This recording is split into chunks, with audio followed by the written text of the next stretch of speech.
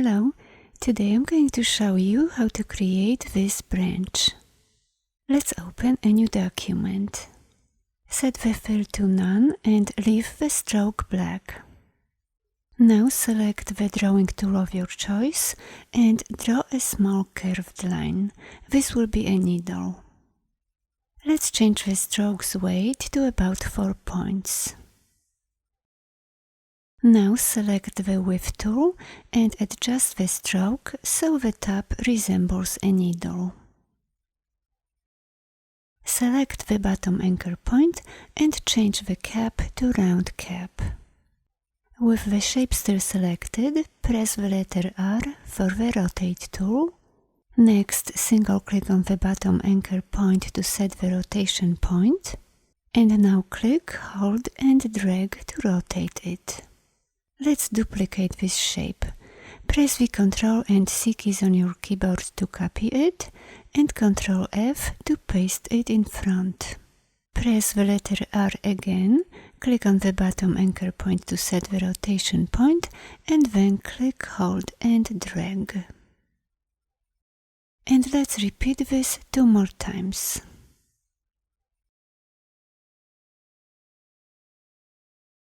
Next, we will add a different shade of green to our needles. Here is the color group I'm using today. Let's open the brushes window.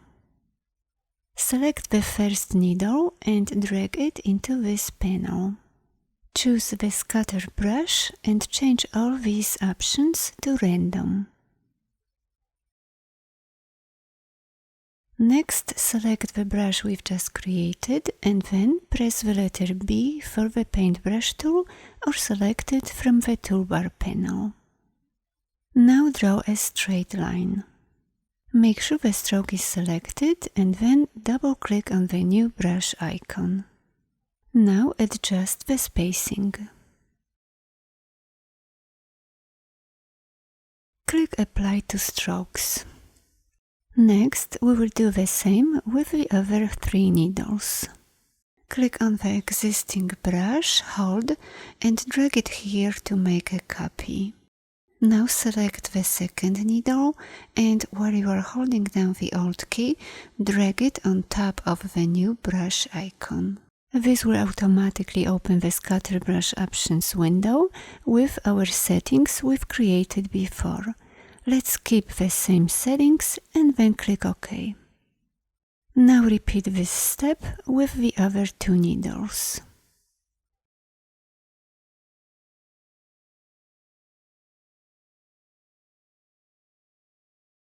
Next, select the existing row of brushes and copy it. Now apply the second brush setting to it. Create another copy and apply the third brush settings. Create one more copy and apply the last brush settings. Let's align all needles to the bottom. Next, we will make a few more adjustments. First, select everything, then go to Object and choose Expand Appearance. Now open the Free Transform tool and choose the Perspective Distort. Click on the top left corner, hold and drag. Next, we will adjust some of the needles so they don't look too uniform. Double-click a few times to isolate one of the groups. Now choose any shape that you wish to adjust.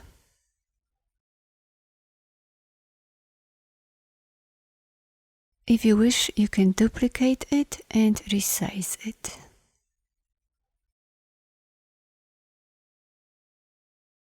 Let's do the same with a few more needles.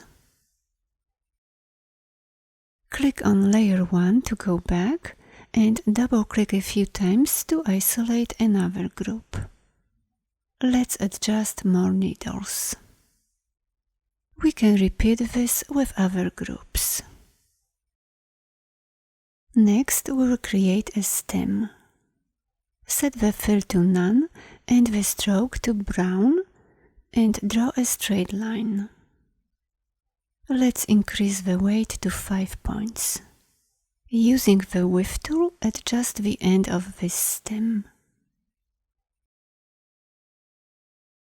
If you wish, change the cap to round cap. Let's bring this group closer to the stem and rotate it.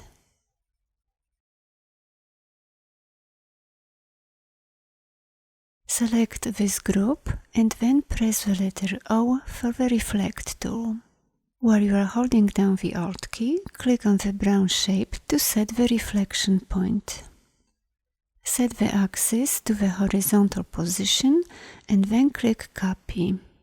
Let's move this branch layer between these two groups. If you still need to make any adjustments, double-click a few times on one of the groups.